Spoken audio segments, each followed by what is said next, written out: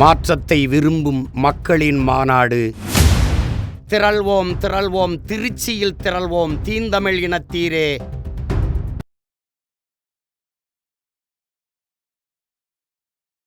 Felix நிலைமையெல்லாம் நினச்சி நான் பரிதாபப்படுறேன். ஏன்னா விஜயுடைய ஏழாமையை மறைக்கிறதுக்கு கடவுள் எங்கே இருக்கிறார், கடவுள் எங்கும் நிறைந்திருக்கிறார், அதை எப்படி நீங்கள் சொல்ல முடியும்?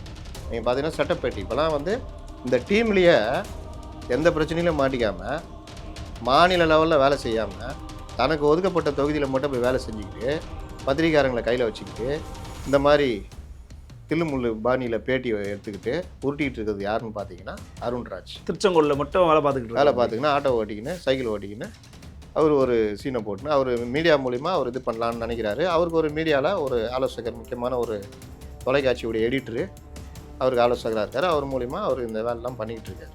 விஜய் எங்கிருக்கிறார்? எங்கும் நீக்கமர நிறைந்திருக்கிறார். அங்கும் இங்கும் எங்கும் இனாதபடி நீக்கமர நிறைந்திருப்பார்னு ஒரு கடவுள் இது சொல்லுவாங்கள்ல, அந்த மாதிரி. அதே விஜய் நல்லா வந்துட்டாருன்னா நீங்கள் நான் ஆட்சியை பிடிப்பாருன்றேன். 2-3 வருஷத்தில் அவர் மட்டும் இறங்கி அடிச்சிருந்தார், நான் எடப்பாடிலாம் போகிற மாதிரி இறங்கி அடிச்சிருந்தாருன்னா நம்ம பேசுறதுலாம் வேறு மாதிரி இருக்கும். விஜய் இப்படி பிடிப்பாருங்க, தொங்கு சட்டசபை வருங்க, கண்டிப்பாக 80-90 சீட்டு விஜய் வருவாருங்க, சொல்ல முடியாதுங்க ஆட்சி பிடிப்பாருன்ற அளவுக்கு வரும். ஆனால் அவர்கிட்ட அது இல்லைன்ற. அதனால் வீட்டுக்கு வீடு எல்லாம் இருக்க தான் செய்வாங்க. இளைஞர்கள் எல்லாரும் இவங்களுக்கு ஓட்டு போடுவாங்க நம்புறது எப்படி பற்றி காட்டணும். பல யூடியூப்புகள் தங்களுடைய இதில் பெரும்பாலும் விஜய் ஆதரவாளர்கள் அழைத்து பேசுவதும் விஜய்க்கு ஆதரவாக பேசுவதும் வாடிக்கையாக வச்சுட்டாங்க. ஏன்னு கூப்பிட்டு கேட்டால், இல்லை சார் இது போட்டால் நல்லா போகுது, நாளைக்கு இது அப்படியே பறந்து போயிடும், அந்த பறவைகள் கல் எறிஞ்சோன்னா அந்த மரத்தில் அந்த பறந்து போயிடும், அது மாதிரி போயிடும். ஃபெலிக்ஸுக்கே என்ன பிரச்சனைனா 1 லட்சம் விருப்ப மனு வாங்குறது பெருமைக்குரிய விஷயம்னு பேசுகிறாரு. அவர் வெளியில் இருந்தால் எப்படி பேசுவார்னு எனக்கு தெரியும். ஏன்னா 1 லட்சம் வாங்குறவங்களும் திருப்பி கொண்டு போய் கட்டுவானா? மாஸ்க் காமிக்கிறது. மாஸ்க் காமிச்சனால உங்களுக்கு பனையூரில் இருக்கிற ஓட்டுலாம் போச்சு. அவன் ஊரில் இருக்கிறவங்களாம் ஃபோன் பண்ணி சொல்லுவான், மாப்பிள்ளை எங்கே இருக்க, இந்த தடவை போடவே போடாதரா, எங்கள் வீட்டை வந்து பாடுறான். இதுதான் பிரச்சனை.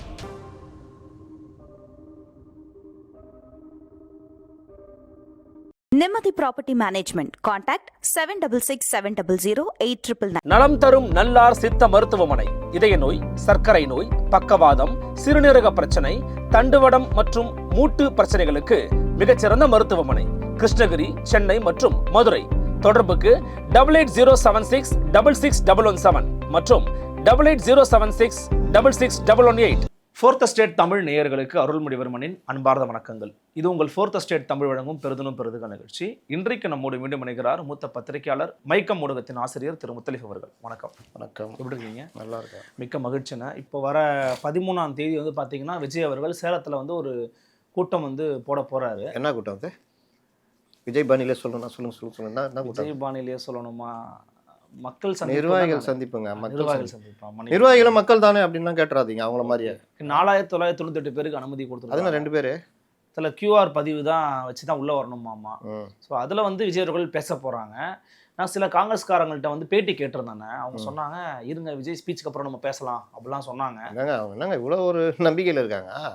வழக்கம் போல பவள விழா பாப்பா பிளாஸ்ட்னு ஏதாவது சொல்லிட்டு போறாரு. வேற என்ன விஜய் இவன் நம்ம பேர்னா நான் முடிச்சிடறேன், அப்புறம் நீங்கள் கேளுங்க.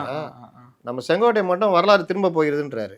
என்ன வரலாறு திரும்ப போது தெரில, சொல்லுங்க. அதான் நிறைவா என்னன்னா, விஜயனுடைய இந்த நடவடிக்கை பார்த்தீங்கன்னா, நீங்கள் ஒரு ஒரு ஆரோக்கியமானதா இல்லை, ஒரு ஹெல்த்தியா இல்லை அப்படிங்கிறீங்க. ஆனால் கிரவுண்டில் பாருங்க, தாவேக்காரங்கள திமுக காரங்க அட்டாக் பண்ணிட்டாங்கன்னு ஆதவ அர்ஜுனா சொல்றாரு. விசில் ஊதக்கூடாது அப்படின்னு ஒரு கவுன்சிலர், திமுக கவுன்சிலர் முடிவெடுக்கிறாரு. அப்புறம் ஸ்டேடியங்களில் விசில் கொண்டு வரக்கூடாதுன்னு போலீஸை வச்சு இவங்க சில ஒர்க் பண்ணுறாங்க. சென்னை சூப்பர் கிங்ஸோட டைட்டில் சாங் விசில் போடு அப்படிங்கிறத மாற்ற முயற்சி பண்ணுறாங்கன்னு திமுக கிட்டத்தட்ட எல்லா இடத்துலையும் பதறாங்க. அப்போ அதுவே தாவேக்காவுக்கு கிடைத்த ஒரு முதன்மையான வெற்றியாகத்தான் நீங்கள் பார்க்கணும், மதிப்பீடு பண்ணணும். திமுக பதறதுக்கு நான் காரணம் சொல்லிட்டேன். விஜய் பெரிய பாதிப்பு ஏற்படுத்துறதுனால திமுக. ஆமாம், ஓகே. இவங்களுக்கு அந்த பாதிப்பு இன்னைக்கு தமிழிசை சொன்ன மாதிரி நீங்கள் என்னதான் முயற்சி பண்ணாலும் 0ல தான் நிற்கும். நீங்கள் 20% ஓட்டு வச்சிருந்தா கூட காலவாரி சீட்டா கன்வெர்ட் ஆகாது. 5 சீட்னா 10 சீட் அவ்வளோதான். அதை வச்சு என்ன பண்ண போறீங்க? கட்சியை வளர்க்குறேன் அந்த மைண்டு இப்போவே.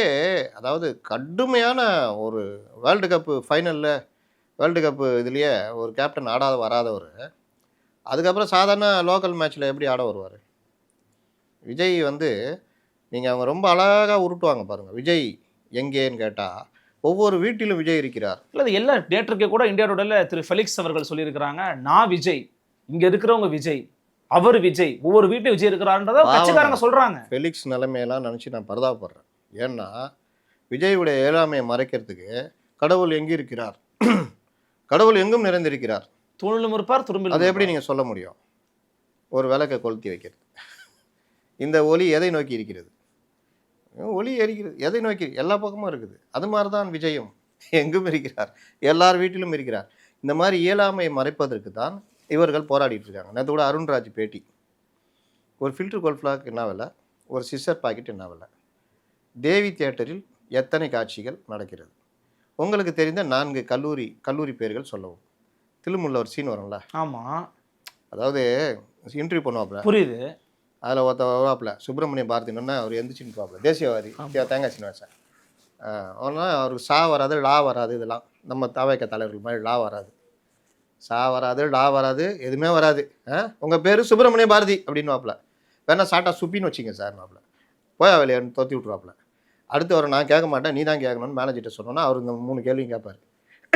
கேட்டவொன்னே கெட் அவுட் அப்படின்வார். Both of you get out. Sir இந்த காலத்து இளைஞர்கள்ட்ட இவ்வளோ தான், தாவேக்காரங்க சொல்கிற மாதிரி இந்த காலத்து இளைஞர்கள்ட்ட இவ்வளோ தான் சார் கேட்க முடியும் அப்படின்னு அந்த மேனேஜர் சொல்லுவார். இதுதான் நடைமுறை. இந்த மாதிரி தான் அந்த பேட்டி. நீங்கள் பார்த்தீங்கன்னா செட்டப் பேட்டி. இப்போலாம் வந்து இந்த டீம்லேயே எந்த பிரச்சனையிலும் மாட்டிக்காமல், மாநில லெவலில் வேலை செய்யாமல், தனக்கு ஒதுக்கப்பட்ட தொகுதியில் மட்டும் போய் வேலை செஞ்சுக்கிட்டு, பத்திரிக்காரங்களை கையில் வச்சுக்கிட்டு, இந்த மாதிரி தில்லுமுள்ளு பாணியில் பேட்டி எடுத்துக்கிட்டு உருட்டிகிட்டு இருக்கிறது யாருன்னு பார்த்தீங்கன்னா அருண்ராஜ். திருச்செங்கோலில் மட்டும் வேலை பார்த்துக்கின்னு ஆட்டோ ஓட்டிக்கின்னு, சைக்கிள் ஓட்டிக்கின்னு அவர் ஒரு சீனை போட்டுன்னு அவர் மீடியா மூலிமா அவர் இது பண்ணலான்னு நினைக்கிறாரு. அவருக்கு ஒரு மீடியாவில் ஒரு ஆலோசகர், முக்கியமான ஒரு தொலைக்காட்சியுடைய எடிட்டரு அவருக்கு ஆலோசகராக இருக்கார். அவர் மூலிமா அவர் இந்த வேலைலாம் பண்ணிக்கிட்டு இருக்கார். அது இல்லாமல் இந்த மாதிரி சொம்பு பேட்டிகள், இது வந்து எங்கேயுமே பின்னா துட்டு கொடுத்து எடுத்தாருன்னா பேட்டிங்க, சொம்பு பேட்டி தானே. ஒரு பாக்கெட் சீசர் என்ன விலை, ஒரு பாக்கெட் கோல்ட் பிளாக் என்ன விலை தான். உங்களுக்கு தெரிந்த 5 கொள்கையில் சொல்லுங்கள் அவர்கிட்ட எடுத்தோன்னே கேள்வி. அந்த கொள்கை, இந்த கொள்கை, அதில் 2-3 மேலே தடுமானோன்னா அதை மாற்றிக்கிறாங்க. இதே மாதிரி அவங்க தலைவர் இதில் வந்து கரூரில் அவர் ஏன் பொறுப்பேற்றுக் கொள்ளவில்லை? இல்லையே, அவர் பொறுப்பேற்றுக்கிட்டாரு. பொறுப்பேற்றுக்கலன்னா அன்றைக்கி பெரிய விமர்சனமே அவர் மேலே. கரெக்டாக அசால்ட்டாக சொல்கிறாரு, பொறுப்பேற்றுட்டாரு. சரி, அடுத்த கேள்வி. இப்படி தான் போச்சு அந்த பேட்டி, இப்படி தான் போகுது. உட்காருங்க, அப்போ நீங்களாம் போய் கேளுங்க. ஏன் கேட்க மாட்டேங்கிறீங்க? விஜய் எங்கே இருக்கிறார்? எங்கும் நீக்கமர நிறைந்திருக்கிறார், அங்கும் இங்கும் எங்கும் இனாதபடி நீக்கமர நிறைந்திருப்பார்னு ஒரு கடவுள் இதுக்கு சொல்லுவாங்கள்ல, அந்த மாதிரி. இல்லை, என்ன சிக்கல்னு சொல்லுங்கள், என்ன பிரச்சனை அவங்ககிட்ட, விஜய்கிட்ட என்ன சிக்கல் நீங்கள் சொல்லணும்ல. நான் எல்லாருமே பதற்றப்படுறாங்க, பயப்படுறாங்கன்றேன். நீங்கள் வந்து அதெல்லாம் பயப்பட்டுங்க, அவங்க ஒன்றுமே இல்லைன்னா எதுவுமே இல்லாததுக்கே பயப்படுறாங்களேண்ணா. யார் பயப்படுறா? ஏங்க ரெண்டாக பிரிச்சுக்குங்க. இவர் விஜய்க்கு பின்னாடி இருக்கிற ஒரு பெரிய மாஸ், ஒரு வாக்கு சதவீதம், அதுதான் இவங்களுக்கு பயமுறுத்துது. அதே விஜய் நல்லா வந்துட்டாருன்னா நீங்கள் நான் ஆட்சியே பிடிப்பாருன்றேன். நான் 2-3 வருஷத்தில் அவர் மட்டும் இறங்கி அடிச்சிருந்தார், நான் எடப்பாடிலாம் போகிற மாதிரி இறங்கி அடிச்சிருந்தாருன்னா நம்ம பேசுறதுலாம் வேறு மாதிரி இருக்கும். விஜய் இப்படி பிடிப்பாருங்க, தொங்கு சட்டசபை வருங்க, கண்டிப்பாக 80-90 சீட்டு விஜய் வருவாருங்க, சொல்ல முடியாதுங்க, ஆட்சி பிடிப்பாருங்கன்ற அளவுக்கு வரும். ஆனால் அவர்கிட்ட அது இல்லைன்ற வரவேற்ற பொழுது நீங்களே நான் எவ்வளோ ஆதரிச்சு பேசினேன்னு தெரியும்.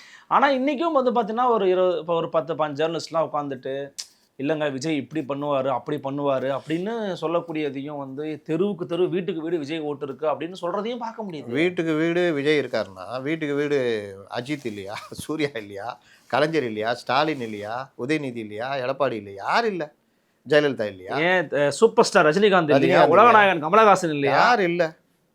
அதனால் வீட்டுக்கு வீடு எல்லாம் இருக்க தான் செய்வாங்க. இளைஞர்கள் எல்லாரும் இவங்களுக்கு ஓட்டு போடுவாங்க நம்புறது எப்படி? அது பைத்தியக்காரத்தனம்ல. ஒரு டீமு இவரை படம் பார்த்தவங்க நீ என்ன பண்ணாலும். நேற்று ஒரு பொண்ணு போய் கேட்குது, ஒரு பிரபல தொலைக்காட்சி, பேர் சொல்கிறதெல்லாம் எனக்கு தயக்கமே கிடையாது, நியூஸ் 24/7. அந்த பொண்ணு போய் கேட்குது, 3 பொண்ணுங்க கண்ணை ஊட்டிட்டு முழிச்சிட்டு ஏதாவது கேட்ட போகிறாங்க, தமிழகத்தில் எத்தனை தொகுதிகள்னா கேட்ட போகிறாங்கன்னு பயந்துக்கிட்டு இருக்குதுங்க. அது கேட்குற இடத்துல இருக்கிறவங்களும் இதே டிக்கெட்டு தான், இதே லெவல் தான். வேலை இலவசங்கள் இதெல்லாம் நீங்கள் வரவேற்கிறீங்களா, அல்லது கல்வி, நிரந்தர கல்வி, வேலை வாய்ப்பு அதை வரவேற்கிறீங்களான்னு? இதுக்கு என்ன கேள்வி? ஒரு பாக்கெட் சிஸ்டர் என்ன விலை, ஒரு பாக்கெட் ஃபில்டர் கோல்ட் என்ன விலை, கேள்வி தான் இது. வேறு என்ன சொல்லுங்கள் அந்த பொண்ணுங்க? அதுலேயும் அதை கூட சொல்கிறதுக்கு வந்து நிரந்தர கல்வி, நிரந்தர வேலை, இலவசங்கள்ன்றதை பற்றி புரிதல் இல்லாத ஆளெல்லாம் வேலைக்கு வச்சு அனுப்பிச்சி வைக்கிறாங்க. நான் கேட்டேன், என்னையா சேனலில் அந்த மாதிரி என்னையா இது, நண்பா நண்பீஸ்லாம் இருக்காங்களா உள்ள? இல்லை சார் இது வந்து டிஜிட்டலில் இருக்கிற கேஸ். நம்ம டிஜிட்டலில் இருந்தாலும் நாங்கள் நியூஸ் 24 போடுறீங்க, நாங்கள் அப்படி தானே எடுத்துக்குவோம். இலவசங்கள் இல்லாமல் நல்ல கல்வி நல்ல வேலை வாய்ப்புகள் கிடைக்குமா? அது இலவசங்கள் சொல்லக்கூடாதுன்னு நம்ம விலை இல்லான்றோம். எந்த ஒரு இலவசமும் அது எதற்காக பயன்படுதுன்றதை வச்சு தானே நம்ம அளவீடு பண்ண முடியும். மகளிர் உரிமை தொகையை எதிர்க்கிறோம். இது வந்து 5 பைசாக்கு இது இல்லைன்னு. கறவை மாடு திட்டம்னா வரவேற்கிறோம். ஏன்னா அது சுழற்சி பொருளாதாரத்தை உருவாக்கும், அது தங்கும், அதை வச்சு அவங்க அடுத்தடுத்து முன்னேறலாம். இந்த 2000 ரூபா வருதுன்றது அவங்க அன்றைக்கி செலவுக்கோ இதுக்கோ போயிடும். இந்த மாதிரி கல்வியில் கொடுக்கறது இலவச காலனி, சீருடை, புத்தகங்கள், லேப்டாப்பு, இது எல்லாமே வருங்கால சொத்துக்கள். நம்ம குழந்தைகள் அவங்கள வந்து இந்தியாவுக்கு தமிழ்நாட்டுக்கு ஒரு பெரிய சொத்தாக மாறுவாங்க. அது வந்து நடந்துச்சு, நடக்குது. அதில் அப்போ அந்த இலவசத்தை என்ன சொல்லுவீங்க? அதனால் இது மாதிரிலாம் நடக்குது. நீங்கள் சொல்கிறீங்க அந்த பத்திரிகையாளர்கள்லாம் இப்படி வளர்ந்து வந்தவங்க தான். இவங்க இன்றைக்கி உக்காந்துட்டு இந்த மொழியுரை வேறு வழி இல்லை. இப்போ ஃபெலிக்ஸோ மற்றவங்களும் எடுத்திங்கன்னா என்ன பண்ண முடியும்? எவ்வளோ தான் முட்டு கொடுக்க முடியும்?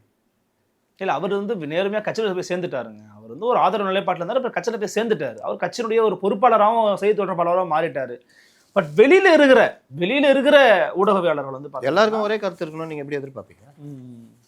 ரெண்டாவது எல்லாருமே இப்போ நான் நினைக்கிறது கரெக்டுன்னு நினைப்பேன். நான் என்ன சொல்கிறேன் ஒவ்வொரு தடவையும், ஏங்க நான் சொல்கிறது இன்றைக்கி, இதே அடுத்த மாதம் ஒருவேளை விஜய் பயங்கரமாக ஸ்பீட் ஆகி டெய்லி பிரச்சாரத்துக்கு போய் நிலமை மாறிச்சுன்னா நான் என்ன சொல்ல முடியும்? ரைட், அன்னைக்கு தான் நான் சொல்ல முடியும். நான் ஆரம்பத்துலேருந்து சொன்ன விஷயங்கள் ஏதாவது மாறுதுன்னு தான் சொல்லுங்கள். ஜனநாயகன் படத்துக்கு நான் ஆரம்பத்திலே சொன்னேன், சண்டைக்காரன் காலில் ஒழுங்காக தான் நடக்கும். வராசக்தி ரிவைஸ் கமிட்டி ஆகணுன்னு போயிட்டு முடிச்சுட்டு போயிட்டாங்க. நீங்கள் ஆணவத்தோடு பண்ணீங்க, அவங்களுடைய இதை போய் சீண்டி பார்த்தீங்க. கோர்ட்டு நடவடிக்கைலாம் இதுக்கு உதவாது. பின்வாங்கிட்டாங்களே. இதை நான் அன்றைக்கே சொன்னேன், டே 1லேயே சொன்னேன். அவங்க படக்குழுவில் ஆளுங்கள்ட்ட பேசும்போது அவங்களே சொன்னாங்க. எங்கள் இதுலேயே அசோசியேட் டைரக்டர்லேருந்து பலரும் சொன்னாங்க, சார் 60 நாளைக்கு முன்னாடியே போட்டுட்டா என்ன இப்படி பிரச்சனை வரும்னு தெரியல. வரும் தெரிஞ்சு ஏங்கிறது தானே ஒரு எதிர்பார்ப்பு. இது உண்மை. வருமுன் காப்பவன் தான் அறிவாளி. கட்சிக்கு நான் என்ன சொல்கிறேன், ஆரம்பத்தில் என்ன சொன்னேன், கட்சி அமைப்பு உங்கள்கிட்ட சரியில்லை, பொதுச் செயலாளர்ன்ற ஒரு இதுவே இல்லை. ரெண்டாவது கூட்டத்தில் போய் விஜய் பேசுகிறத விட கூட்டம் கூட்டி ரோட் ஷோ நடத்துறது தான் நீங்கள் ஆர்வம் காட்டுறீங்க, சீன் போகிறதுலாம் ஆர்வம் காட்டுறீங்கன்னு. அது விருப்ப மனு வரைக்கும் வந்துடுச்சா? விருப்ப மனு எதுக்கு 10,000 50,000 நிர்ணயிக்கிறாங்க? எல்லாரும் வந்து வாங்கக்கூடாது. போட்டியிடுற தகுதி உள்ளவன் மட்டும், இல்லை போட்டியிடுற நினைக்கிறவன் மட்டும் அதுக்கு செலவழிப்பான். 10,000 ரூபானா நம்ம சீட்டு வேணும்பா அப்படின்றவன் தான். அப்போ ஒரு தொகுதிக்கு 10 பேர் வருவான். கரெக்டாக? யாராவது ஒருத்தர் கிடைக்க போகுது. அப்போது சுண்டல் மாதிரி 100 ரூபான்னா அது கூட்டம் கூட்டுற ஏற்பாடு தானே. ஒரு நாளைக்கே 20,000 10,000 தான் காசு வாங்க முடிஞ்சுது. மீதிலாம் எங்கே கரூர் சம்பவம் பனையூரில் நடந்துட போகுதுன்னு சொல்லிட்டு முட்ரா நீட்டோன்லாம் குடுறான்ட்டாங்க. ஆனால் 5 இப்படி குட்றா 5 எண்ணிக்கப்போ அப்படின்னு. நான் என்ன கேட்குறேன், இதே பெருமையாக அந்த பத்திரிகையாளர் உட்பட பேசுகிறார். நீங்கள் சொல்கிற ஃபெலிக்ஸ் கூட பேசுகிறார். அவர் யதார்த்தமாக சிந்திச்சாருன்னா இது விருப்ப மனு டைப் கிடையாதுன்னு தெரியும். அந்த இடத்துல கூட்டம் கூட்டுற ஏற்பாடு. புஷியானந்துடைய புத்தி எல்லாத்துலேயும் சீனை போடணும். தலைவர் இட்டுன்னு வந்து இட்டாந்து போகிறது தான் உட்கட்டமைப்புன்ற மைண்ட் செட்டில் இருக்கிறவர் எப்படி இருப்பார் பார்த்துங்க. இவங்க சொல்கிறாங்க அவர் வெளியில் போனால் பிரச்சனை ஆகிடும், பாதுகாப்பு இல்லைன்னு. ஜெகன்மோகன் வீட்டு கல்யாணத்துக்கு மட்டும் எப்படி போனார்? அது ஒரு திருமண நிகழ்ச்சி. வெளியே போகிறத சொல்கிறாங்க, நிகழ்ச்சி வெளியே போகிறத சொல்கிறேன். நீங்கள் ஏன் அப்படி அங்கேவே முடிச்சு அவர் ஏன் போனார் நான் கேட்டேன்னா எப்படி போனார் தான் கேட்குறேன். எப்படி போக முடியுதுன்ற அப்போ நார்மலாக வெளில வந்து வண்டியில் தான். அப்போ ஏன் ஸ்தம்பிக்கல? அப்போ ஏன் அவர் பாதுகாப்பு பிரச்சனை வரல? யாருக்கும் எதுவும் அறிவிக்கல. அவர் பாட்டு போகிறாரு வராரு. சேம் அதே தான் கூட்டத்துக்கும் பண்ணணும். மற்ற தலைவர்களும் அப்படி தானே பண்ணுவாங்க. நீங்கள் வந்து இதை உருவாக்குறீங்கன்றதுக்கு நான் இதை உதாரணம் திட்டமிட்டு ஒரு ஒரு பரபரப்பை கிரியேட் பண்ணுறாங்க. சரி, அது கூட வேணாங்க. இங்கேருந்து கரூர் போகிறதும் மற்ற விஷயங்கள்லாம் இதே வேலையை பண்ணியிருந்தாரு, நம்மளாம் கண்டித்தோம். இது வந்து தப்புங்க, பொதுமக்களுக்கு இடையூறு. ரெண்டாவது நீங்கள் நேரத்துக்கு கொடுத்து பேச மாட்டேங்கிறீங்க. உங்களுக்கு பேச வரல, அதை அந்த பலகீனத்தை மறைப்பதற்கு இந்த வேலையை பண்ணுறீங்க. Okay okay.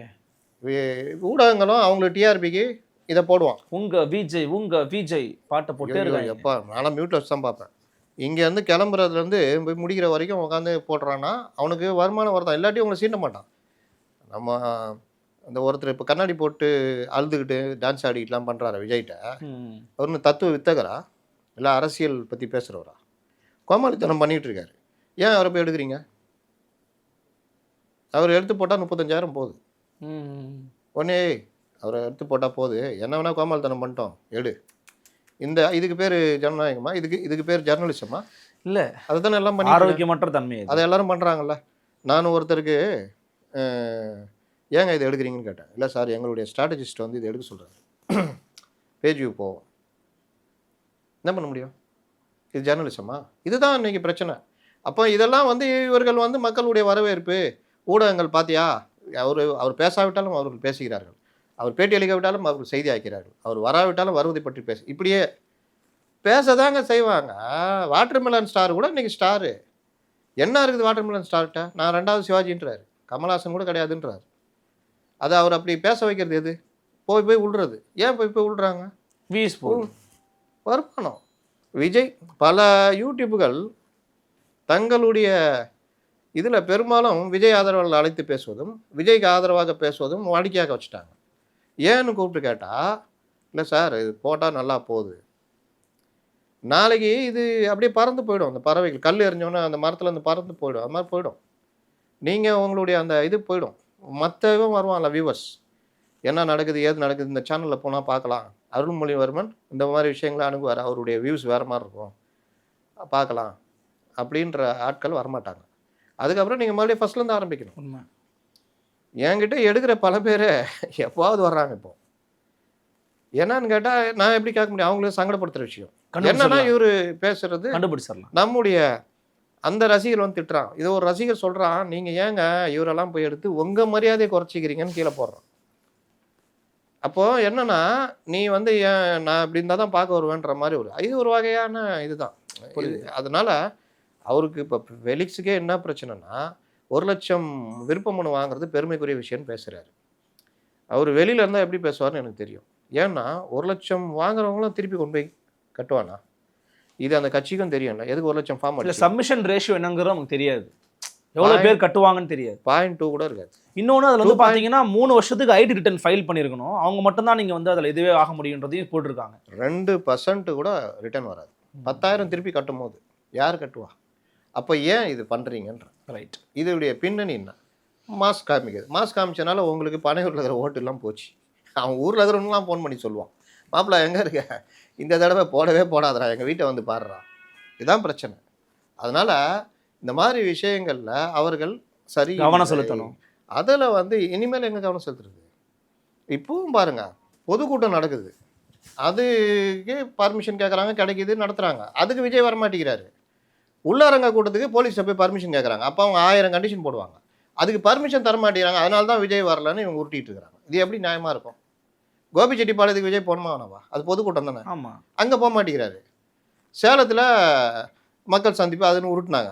கடைசியில் பார்த்தா கட்சிக்காரங்க மட்டும்தான், அதுலேயும் 4998 பேர் தான் அப்படின்றாங்க. இது எப்படி? அப்போ திருப்பி ஒரு 5000 பேரை கூட்டி வச்சுக்கிட்டு சுயபெருமையும் தன் இயலாமையை மறைக்கிறதுக்கு வந்த விமர்சனங்களுக்கு பதில் சொல்கிறதும் மற்றவர்கள் விட்டு புகழ் விழுவதும் ஒரு 5 நிமிஷத்தில் ஒரு 2 நிமிஷம் டெம்ப்ளேட்டாக மக்கள் பாதிக்கப்படுறாங்க, ஊழல் அரசாங்கம் இதை வீழ்த்தணும் அப்படி இப்படின்றதும் திமுகவுடைய வார்த்தைகளில் அதிமுகவை திட்டுறதும் முடிச்சு விட்டு போகிறது. இது எப்படி உதவும்? உங்களை அந்த பர்சன்டேஜ் அப்படி தான் இருக்கும். புதுசாக வரமாட்டாங்க வாக்காளர். பொதுமக்களை நோக்கி இவர் நகரவே இல்லை, நகரத்திற்கான ஏற்பாடுகளும் இவங்க செய்யலை. யார்? கட்சிக்காரர்களும் அந்த சிந்தனையே இல்லை. நிர்வாகிகளுக்கு விஜயகாந்த் அந்த சிந்தனை இல்லை. இவங்க இதிலே சுய திருப்தி அடைஞ்சிக்கிறாங்க. மக்கள் முடிவு பண்ணிட்டாங்க. பேச்செல்லாம் பாருங்கள், எப்போவுமே மக்கள் முடிவு பண்ணிட்டாங்க, மக்கள் விரும்பும் ஒரே தலைவர் தான் மக்கள் இதுன்னு. இதை திரும்ப சொன்னால் அது மாறும்னு நினைக்கிறாங்க. அப்படி மாறாது. மக்களுக்கான நீங்கள் என்ன பிரச்சனையை பேசுகிறீங்கன்னு நீங்கள் பாருங்கள். இன்னொன்று சொல்கிறேன் நான், திமுக எப்படிப்பட்டதுன்னு உங்களுக்கு காட்டும், உங்களுக்கு பரிச்சை அவங்க பாட்டம். இன்னும் சிம்பிளாக காட்டினாங்களா நேற்று இந்த பாரிஸ் அந்த அம்மாக்கள் அழுவுறதெல்லாம் பாருங்கள். ஓட்டு போடுன்னு அடிக்கிறாங்களாம். இந்த கண்டிஷனை ஃபாலோ பண்ணுன்ற மாதிரி இது எனக்கு. அப்போ அவங்க மேலே வழக்கெல்லாம் பாயும் அந்த போன பசங்க மேலெல்லாம். இன்னொன்று நான் கேட்குறேன், சர்வே எடுத்து என்ன பண்ண போகிறீங்க? தெரிஞ்சுக்கிறாங்க எவ்வளோ ஓட்டு இருக்குன்னு, தெரிஞ்சு என்ன பண்ண போகிறீங்க? இன்னும் வேலை பார்ப்பாங்க. ஏங்க வேலை பார்த்தா அது பர்சன்டேஜ் ஏற போகுதுங்க. நீங்கள் இப்படி போங்கன்னா இப்படி போகிறீங்க, எடுத்து என்னங்க பண்ண போகிறீங்க? அந்த 4 மாதம் அந்த அம்மா கர்ப்பிணி போய் அங்கே எடுத்து என்ன பண்ண போகிறீங்க? இந்த ஆர்வ கோளாறுத்தனம் இருக்குல்ல, உங்கள் தலைவர் அறிக்கை விட்டு கம்மி இருந்துருவார். நாளைக்கு பிசிஆர் ஆக்ட், அந்த அவங்க ஒருவேளை பட்டியலின பெண்களாக இருந்தால் எங்களை வந்து சாதி சொல்லி திட்டாங்கன்னா பிசிஆர் ஆக்ட், உமன் ஹராஸ்மெண்ட்டு, தாக்குதல், தடுத்து வைத்தல், அவதூறாக பேசுதல், எல்லாமே பெண் வன்கொடுமை இப்படிலாம் போட்டாங்கன்னா உங்களுக்கு பெயிலே கிடைக்காது. அரசு அவங்க அதிகாரத்தில் இருக்காங்க, அவங்க உங்களை பாடம் எடுத்துருவாங்க. அவங்க எம்ஜிஆரே ஓட விட்டவங்க. நான் இப்போ வந்த பல இதெல்லாம் படிக்கும் போது பார்த்தீங்கன்னா எந்த அளவுக்கு எம்ஜிஆர் கஷ்டப்பட்டிருக்காரு. அதுக்கு எந்த அளவுக்கு திருப்பி அடிச்சிருக்காருன்றதெல்லாம் இங்கே ஒன்றுமே இல்லையே. வீரம் பேசுறீங்க மைக் பிடிச்சா அந்த 5000 பேர்கிட்ட. ஆனால் என்ன வீரம் பேசுறீங்கன்ற கணக்கு. ஜனநாயகன் படத்தை பற்றி ஏன் பேசல உங்கள் தலைவர்னு கேட்டால் அது அந்த பட நிறுவனம் சம்மந்தப்பட்ட விஷயம்னு அருண்ராஜ் அது பதில் சொல்கிறாரு. அப்போ ஏன் அருண்ராஜும் லயலா மணியும் சிடிஆரும் பேசுனாங்க? அந்த பட நிறுவனம் சம்மந்தப்பட்ட விஷயம் தானே. இப்படி தான் இந்த முட்டு கொடுக்குற வேலையை கட்சி நிர்வாகிகளும் பண்ணிக்கிட்டு இருக்கிறாங்க. மக்கள் பிரச்சனை ஏன் பேசலான்னு கேட்க மாட்டேங்கிறாங்க தொலைக்காட்சிக்காரங்க. இதுதான் பிரச்சனை. இன்றைக்கும் பாருங்கள் எவ்வளோ நடக்குது. 4 தொழிலாளர் சட்டங்களை எடுத்து நாடு தழுவிய போராட்டம். விஜயுடைய நிலைப்பாடு பொசிஷன் என்ன, நிலைப்பாடு என்ன, இந்த மாதிரி பல விஷயங்கள் இருக்குது. பார்ப்போம் எப்படி நடக்குதுன்னு பார்ப்போம். தமிழக அரசியல் குறித்து பல விதமான கருத்துக்களுக்கு உங்களுடைய தெளிவான ஆழமான விளக்கங்கள் கொடுத்தீங்கன்னா மிக்க நன்றி. நன்றி. மீண்டும் சந்திக்கலாம் நண்பர்களே. வணக்கம்.